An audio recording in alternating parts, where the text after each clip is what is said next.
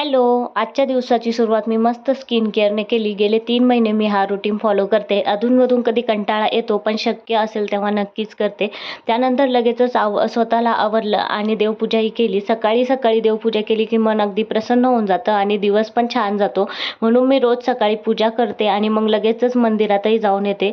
आज नाश्त्याला आम्ही पोहे बनवले. खरं तर आमच्या घरी जास्त वेळा नाश्त्याला पोहेच असतात. थोडा उशीर झाला तरी चालतो, पण पोहे पाहिजेतच. मस्त चविष्ट पोहे बनवले आणि ते एन्जॉय केले.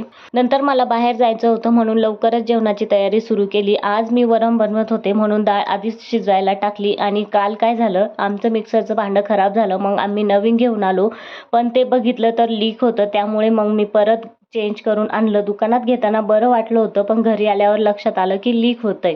आणि मग आता नवीन आणलेलं भांडं मी चेक करून बघत होते की आता हे ठीक आहे की नाही.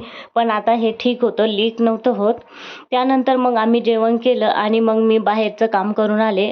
तर हा होता माझा आजचा दिवस. आता इथेच व्हिडिओ एंड करते. पुन्हा भेटूच. Bye, take care.